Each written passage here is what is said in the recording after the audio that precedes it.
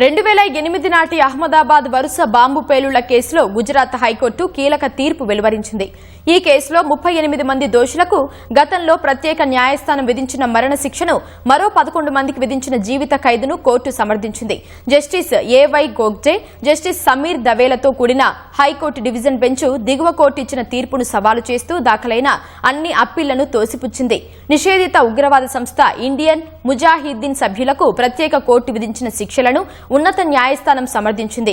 2008 July 26న కేవలం 70 నిమిషాల వ్యవధిలోనే అహ్మదాబాద్ నగరాన్ని 21 బాంబు పేలుళ్లు కుదిపేశాయి.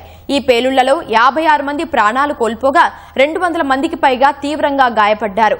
బాంబు పేలుళ్ల ధాటికి గాయపడిన బాధితులకు చికిత్స అందిస్తున్న కొన్ని ప్రముఖ ఆసుపత్రులను సైతం ఉగ్రవాదులు లక్ష్యంగా చేసుకుని పేలుళ్లకు పాల్పడ్డారు. ఈ ఉగ్రవాద దాడిపై సుదీర్ఘంగా విచారణ జరిపిన ప్రత్యేక కోర్టు 2022లో కీలక తీర్పును ప్రకటించింది. భారత న్యాయ చరిత్రలోనే అత్యధికంగా ఒకే కేసులో 38 మంది ఉగ్రవాదులకు ఉరిశిక్ష విధిస్తూ సంచలన నిర్ణయం తీసుకుంది. మిగిలిన 11 మందికి జీవితకాలం జైలు శిక్ష విధించింది. చట్ట ప్రకారం దిగువ కోర్టు విధించిన మరణ శిక్ష అమలు కావాలంటే హైకోర్టు ధృవీకరణ తప్పనిసరి అవుతుంది. ఈ నేపథ్యంలో దాదాపు 2 ఏళ్లకు పైగా విచారణ జరిపిన గుజరాత్ హైకోర్టు నేడు ఆ శిక్షలను ఖరారు చేస్తూ తుది తీర్పును వెలువరించింది.